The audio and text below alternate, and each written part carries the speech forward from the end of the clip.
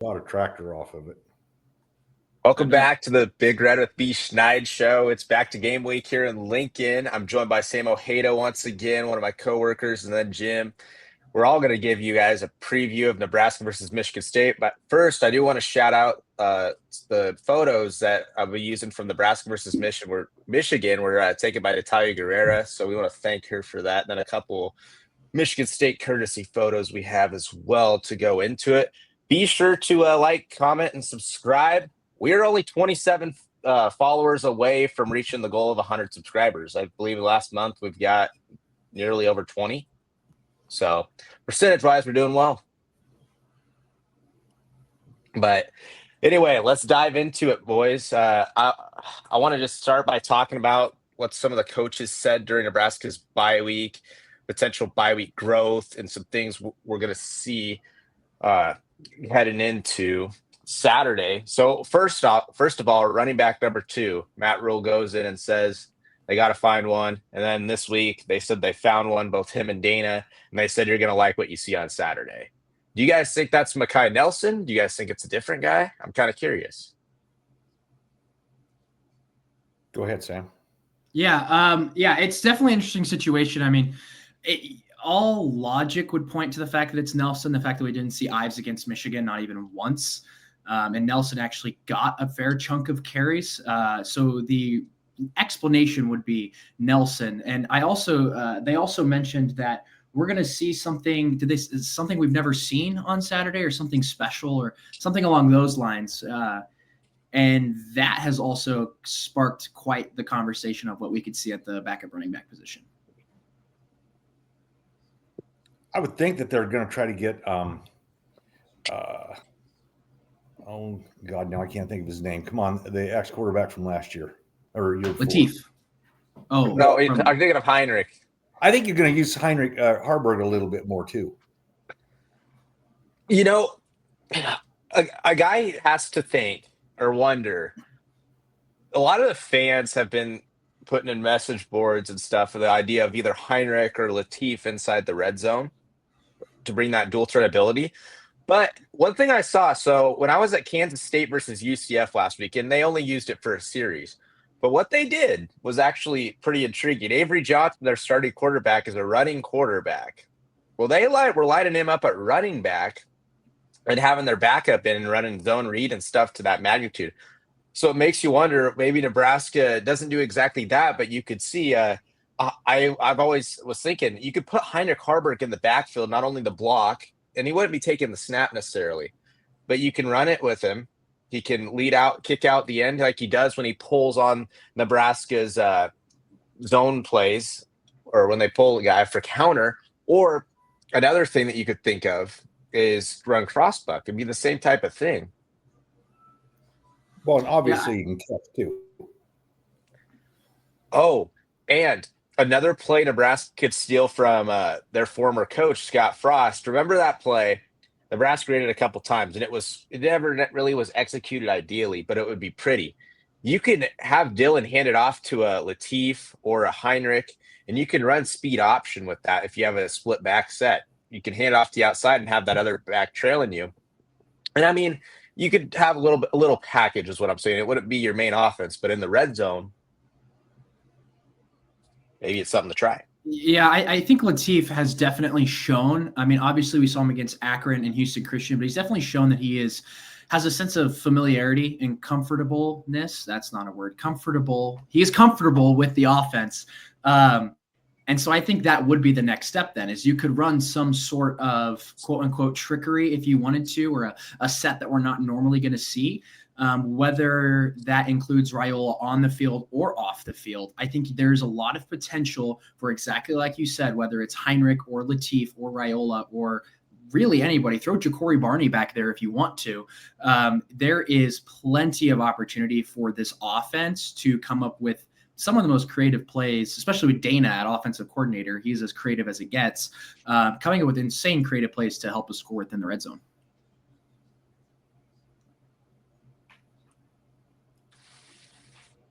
You got anything to add, Jim?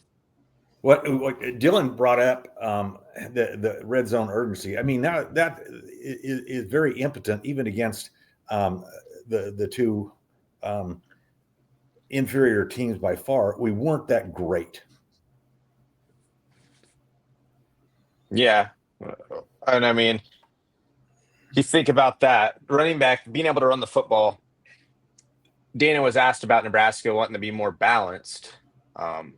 And Dana said, yeah, he wants to be more balanced as well because Nebraska's number 2 in the country in passing yards, only behind Texas Tech. And that is awesome to hear if you're a Nebraska fan. But at the same time, the rushing offense, I believe, is sitting around 100th in the nation. And so you pair those two things together. But Dana said he kind of got pissed and said, well, I'm calling pass plays because we can't run the football, basically. Right. That's obvious.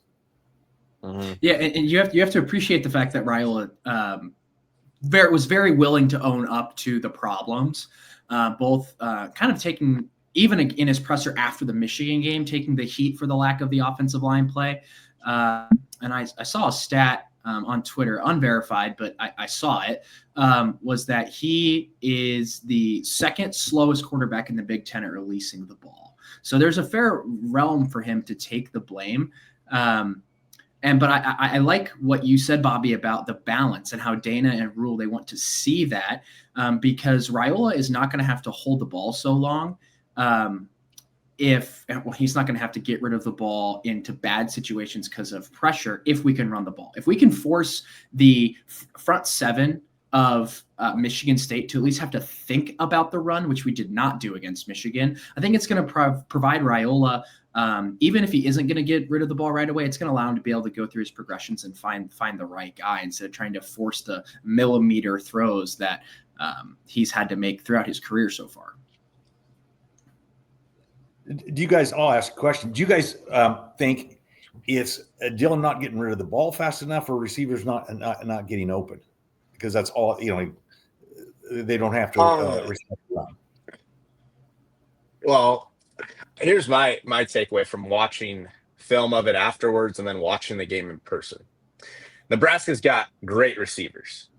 And Dylan is normally, sometimes he's missing them in the red zone. That's where he's really been struggling. He's actually performing okay under pressure.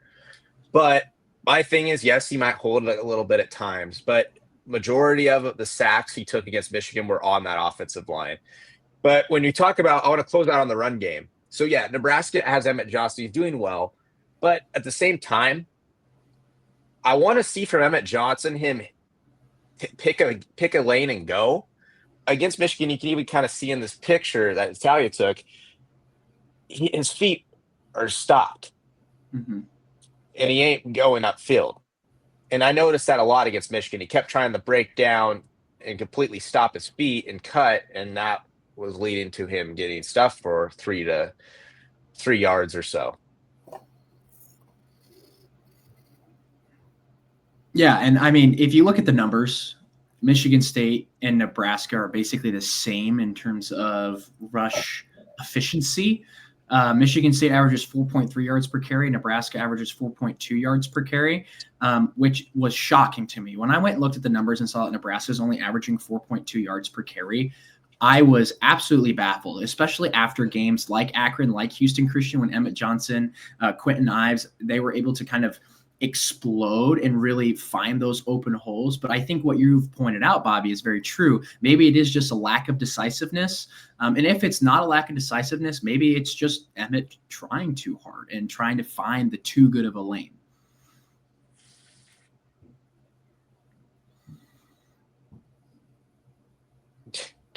Jim, do you think Emmett Johnson reminds you of any backs from the 80s that would hit hard, such as a King Clark or something? Or are you kind of seeing it too, where he's stopping his feet at times? He's running all right. Okay. Emmett Johnson, man, I like the guy's heart, but overall, I think he's a very average running back. Well, yeah, I mean, he's solid, but I don't know if he's where Nebraska. And all I'm saying is that Nebraska needs another back like an Emmett Johnson, to spell Johnson, so you can have a little bit of diversity in the backfield. And right now, that's why hopefully for Nebraska's sake on Saturday, we get to see somebody Who knows? Maybe it's a guy that has been playing. But while we're on the offensive side, another thing that we kind of were talking about, Dylan, who is going to be the tackles? Because that's another thing that they said that they figured out, both Dana and Matt. So who do you guys think starts at left and right tackle Saturday? Or just guessing? That's a tough question. I mean, the depth chart came out, and I know we don't like to look into the depth chart too much, but nothing's changed. I mean, they tried Pritchett at left tackle against Michigan, and to be fair, if you are watching him play and you're not worried about the penalties or the off the field issues, whatever, he actually did not look bad. There were some holes that he definitely was able to hold. And I mean, containing, I can't remember his name, but containing that edge that Michigan has is, I mean, they attacked the tackle spots with him. And I think that while Pritchett won't start, and I think it will remain the way that it has been, I'm expecting Pritchett to get more looks at least. But other than that, I mean, it's a toss-up. They've all looked terrible. I mean, what can you do? I mean, you can't really guess. I mean, you have to guess, like, if you think about it. Well, at best, it's a controlled sieve, based upon what I saw. The plays, I think Dana's got to call some quicker pass plays too, and for the most part, he's doing that, which is why Dylan's not looking downfield. He's trying to get the ball off fast, and you know, out of the, what was there, 41 pass plays or something like that, he was pressured 30 of those. So that is really, really bad. Yeah, I think you're going to see Pritchett start at left or right. I don't know if it's going to be Teddy starting at right and Pritchett at left tackle, or Gatula at left tackle and Pritchett at right tackle, but I think you're going to see Pritchett starting on Saturday. I'm going to predict that right now. I think they realized they had to make a change. You're paying this guy over $1 million, so that's what I'm going with. Well, but yeah, it's not as easy as you think to make the change from left to right either. No, but you look at, okay, let's think about this. When you think about what Nebraska matches up against Michigan State sits 115th in the nation, allowing 263.5 yards through the air per game. So if I were a sports bookie, I'd tell you to bet the over on Dylan Raiola's passing yards, whatever it is. I think he gets over 300 to 350 yards.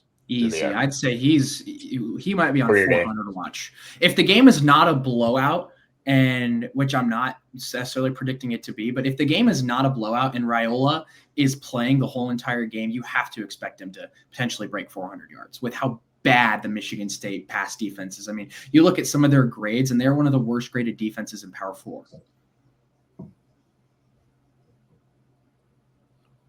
Let's hope so.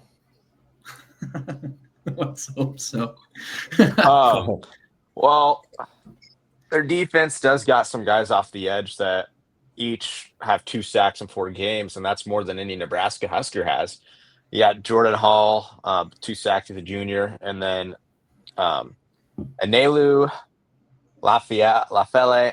I forget. I remember. I tried it too. I couldn't get it. He's a redshirt freshman. He's a redshirt freshman. Blind. Yeah. He's a redshirt freshman, has 2 sacks and 1 forced fumble on the season. So that's a guy I'm interested to watch against Nebraska. I mean, that's another guy that could cause some havoc in the backfield. Yeah, but well, okay. Now that you put that into perspective, which I did know about that, but I don't think it really wrapped into my head all the way. The fact that our tackle spot is kind of like a carousel right now. Like whoever hops on can try. Like against those edges, I mean, if Michigan State's secondary is even average at best, it could still provide problems. I think what we're going to be looking more at is, can the secondary hold down Nebraska's receivers? Because I think, Jim, you are right. We are going to see a lot more quick developing plays because I think Dana and Rule just know that they can't afford to have these long, deep shots that like they can't assume Ryle's going to have all this time. And so I think that's a good thing of note, is that you have these strong edges that have shown they can make plays against not great competition, let's be fair, but have shown they can make plays, and we have a terrible tackle spot. You guys are too young to remember talking about slow quarterbacks. A blast from the past. A guy named Vinny Testaverde.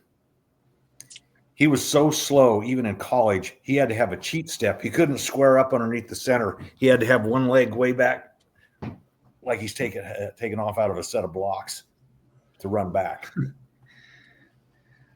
Well, I think Nebraska's offense is going to do well. I actually have a pretty solid day. Some people are, what's the word? As we go to the defense. Ooh. Some people I don't think are giving Aidan Chiles enough credit. This guy is a good quarterback. He's a dual threat. In Michigan State, they have some pros and cons at both their run game, but their passing games has impressed me. But they still have a couple running backs. Mekhi Frazier, he has nearly 270 yards on the year, and then Brandon Tulis, he has 128. So they have two backs that can be 1A and 1B. I'm interested to see what we're going to see from the black shirts on Saturday. John Butler said yesterday maybe expect some more four-man fronts or more guys in the box again, which I think matched up well. Just a matter of, and Butler pointed out, it was obvious, bad angles. They were giving the ball carriers too much space and not wrapping up. But I'm just curious where you guys are most concerned about with the black shirts this Saturday and Aidan Chiles. I mean, his QBR is above Dylan Raiola's. He has nearly 69% completion percentage, 9 touchdowns, 1 interception, nearly 900 yards through the air, and then 155 yards on the ground. Bobby, can I throw a question right back at you? Which quarterback have you been more worried about, Bryce Underwood or Aidan Chiles? Aidan Chiles. You think? Why? Oh, yeah. Why more than Underwood? Because Aidan Chiles is the main piece of Michigan State's offense. His QBR is through the roof. He has a good touchdown interception ratio, and he has a dual threat ability. I'd say Brendan Sorsby has been the best quarterback Nebraska's faced us are. And I'm not underlying Bryce Underwood, but he had such a strong running game to complement him. Aidan Chiles, Michigan State relies on him like the Huskers did Adrian Martinez. And that was a disaster. And that's why he can.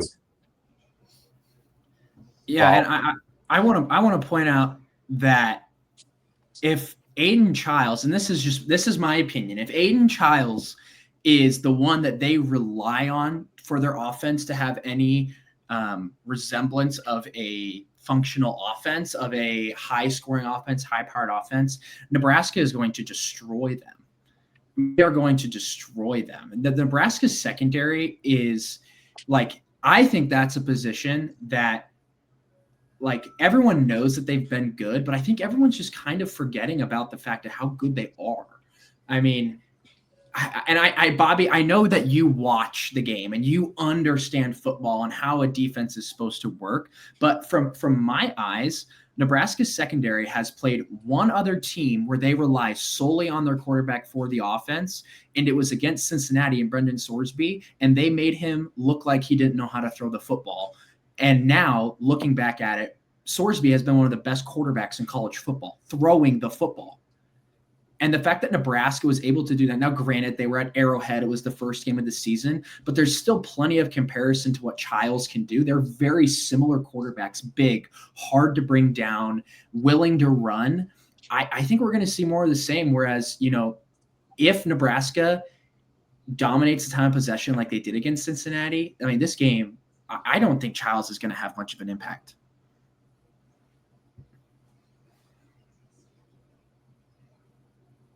Jim, what's your impression? Oh, all I can tell you is we're not going to if we can't establish more than 50 yards running game, I'm not really that confident the 10 points is going to hold up. Yeah, you're talking spread-wise. Well, when you mentioned Chiles, and I see what you're saying, Sam. The thing is with the secondary is They have played really well, and they're definitely the strength of Nebraska's defense. But looking at Michigan during that game, there were some breakdowns that the Huskers got away with, and I Huge. agreed that. But the thing is that concerns me is, Nebraska has been savvy in coverage. They're leading the nation in passing yards allowed per game. I'm not going to take that away from them. They're third away through the regular season, but I am still concerned about Chiles taking off with his feet, because I think that their head coach, Jonathan Smith, looks at that film against Cincinnati and then Michigan and thinking, oh my goodness, if we can just get Nebraska's DBs matched one-on-one against one of our ball carriers, whether it's running the football or throwing the ball on a short pass, they're going to like their chances to move the ball. And that's where I'm concerned. And another guy we haven't even mentioned yet is Chiles' weapon, Omari Kelly. Yeah, they have two receivers actually that are balling out right now, but Kelly has 317 yards receiving, and he also on 21 receptions. And then Nick Marsh, another guy who's a bigger body, he's around 6'3", 222 yards. So those two guys are weapons for Chiles, and they're going to really test Nebraska's defensive backs. I thought our secondary looked pretty slow compared to Michigan. Their running backs and Underwood. You thought they looked slow? I did. To have yards. Go ahead. Sorry. So to have running backs break through and make 70 yards runs in Underwood making open field run of 30 yards. I mean, you're not looking at a lot of speed. They couldn't catch up with them.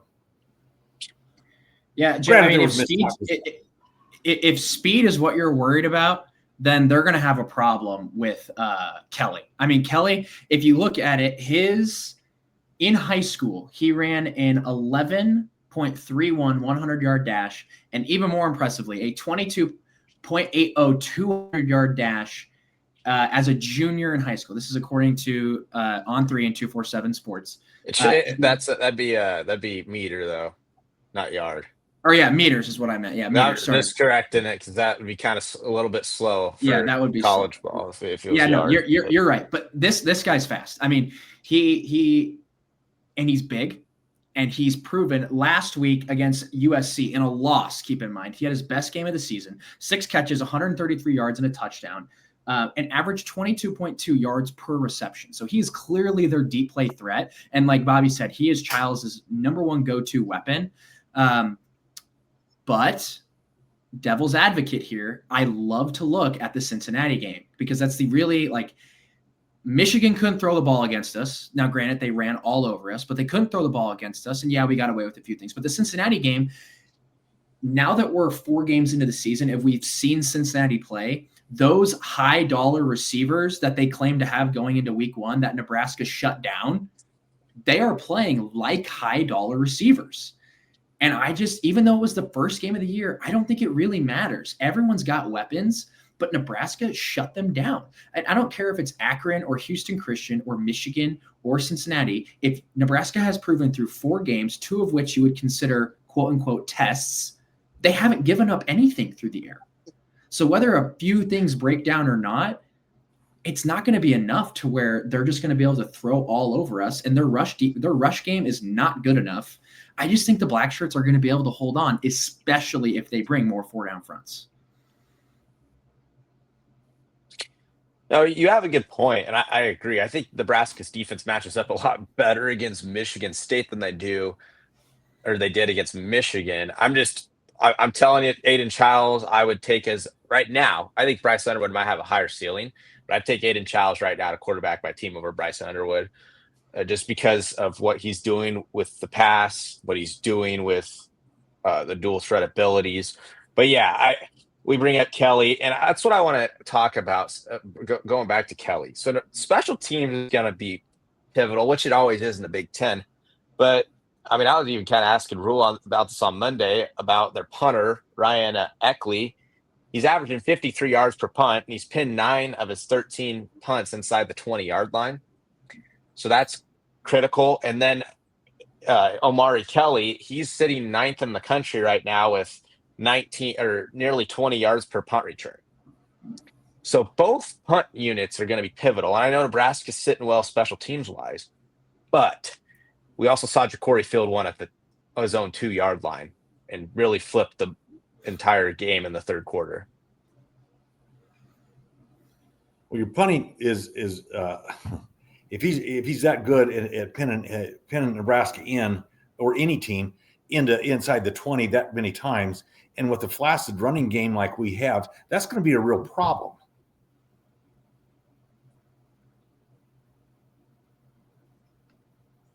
Yeah, Yeah, I mean, I don't necessarily know if Nebraska has a fix for that. I'm thinking of two specific possessions against Michigan that we were inside the 20 to start the drive. One was the Ja'Cory Barney deal, but then the other one, I believe, was at the end of the first half. I think this is the thing. This is the drive that led to the Hail Mary, if I remember correctly, because we started inside the 20, and then Rule and Holgerson confused the living crap out of everybody.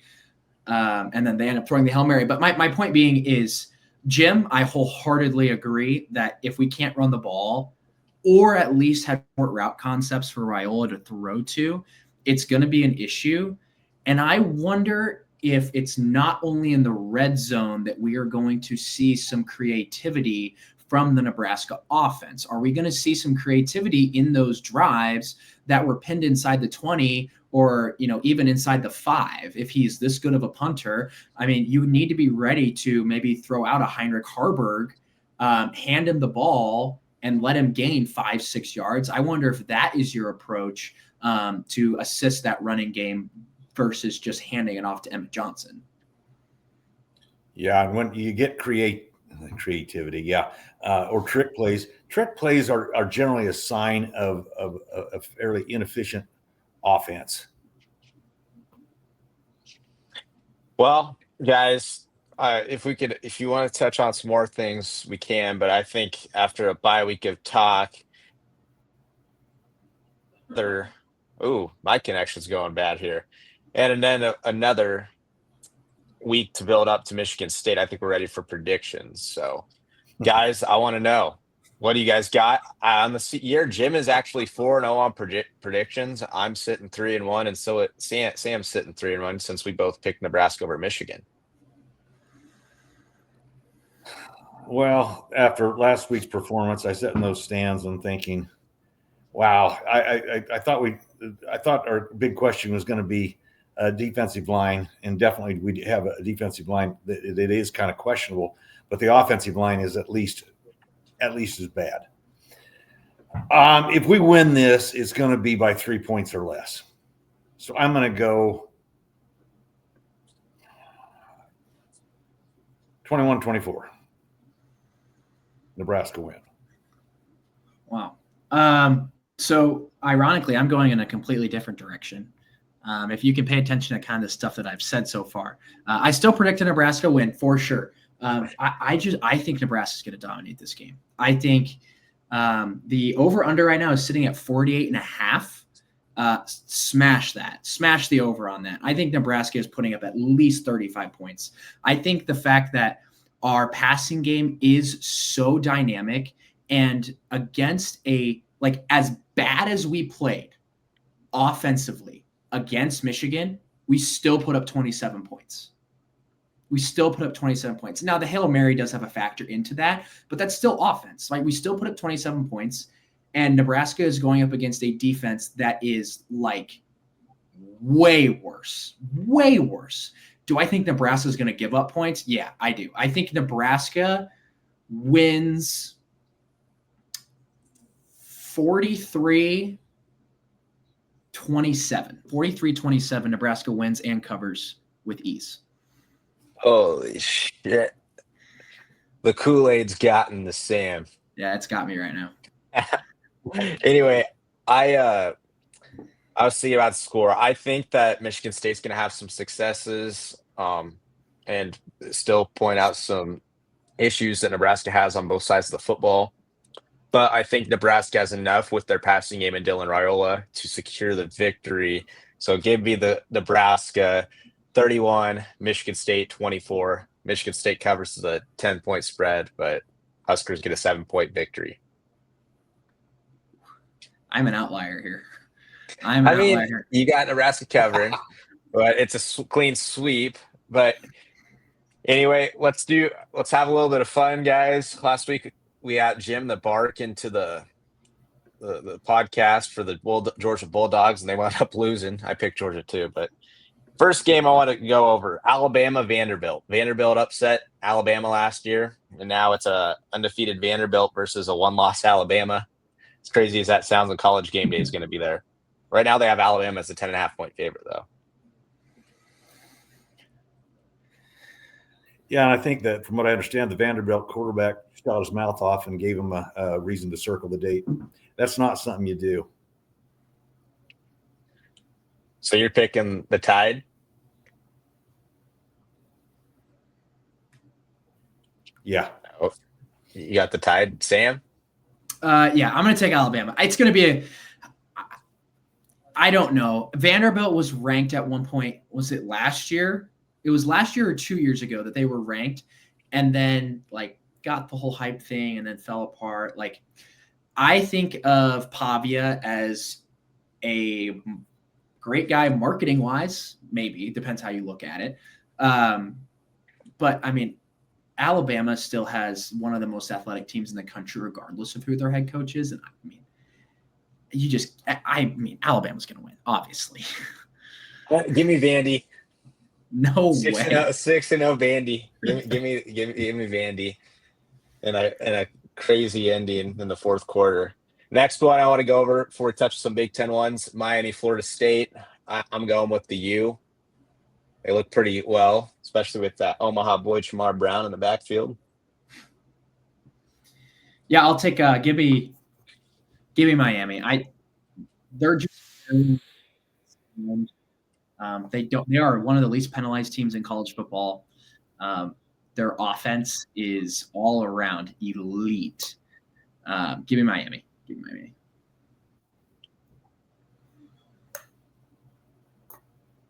You stick with Tony White, Jim? You guys ain't old enough. Yeah, I think the Noles are going to win this. Ooh, you are. You're taking You got to hate a loss. Well, yeah. Yeah. Okay, so we got the Noles. Okay, so they're going to bounce back. It's interesting. Well, let's throw in a couple Big Ten. This Nebraska has one of the better marquee matchups this weekend. Honestly, if you look across the conference, Washington heads to Maryland though. They actually have Washington as a 6.5-point favorite. Give me Vanderbilt, or not Vanderbilt. Give me Maryland. Maryland to improve to 5-0.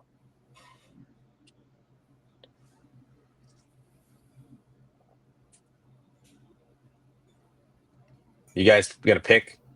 I think Maryland's for real. You got Maryland? I think Maryland's for real. Yep. Yeah, this is a tough game. Washington has shown some offensive firepower, but I think Malik Washington's the real deal. He is good, and now the Wisconsin win is bar none at this point, but they look good in that game. I watched pretty much the whole thing leading up to the game last against Houston Christian. And so, give me Maryland. They look complete. I think it might be their year to go, 8-4, 9-3. I don't expect anything great out of them, but they're definitely legit this year. Okay. Last one. I want to go for a pick. Iowa State going to Cincinnati. Number 14, 5-0 Iowa State. They have Cincinnati at 1.5. I think the Cyclones improved to 6-0 though on the road. Yeah, I think I've been in Ames, and I know the game's not there, but shout out to my friend Jackson because he's going to the game. I love Matt Campbell, but Matt Campbell seems to lose one game a year that he probably shouldn't lose. And I know that Cincinnati's favored in this game just because of how good their offense has looked and how good Sorsby is. But I think this is a game that a lot of Iowa State fans would expect Iowa State to win. So for Matt Campbell, I'm going to take this as a loss. I think this is going to be his game that he loses every year that disappoints Iowa State fans and want him fired and then want him brought back at the end of the year. It's this whole cycle with Iowa State fans. But give me Sorsby in Cincinnati. Sorsby maybe puts himself on the map as a Heisman contender. Who knows?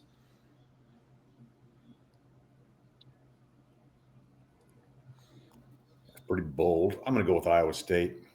Cyclones got to be. He's taking the favored team though. Cincinnati's favored. I'm going for So the upset. I think Iowa State goes and upset, which is weird to say, but yeah, I take Iowa State. But anyway, guys, thank you all for joining the show. We're going to be back for a reaction next week and then getting you set for the Huskers taking on Maryland. But once again, be sure to help us, or I guess help me reach my goal of 100 subscribers. We're so close, so let's keep it going. Signing off, I'm Bobby Schneider.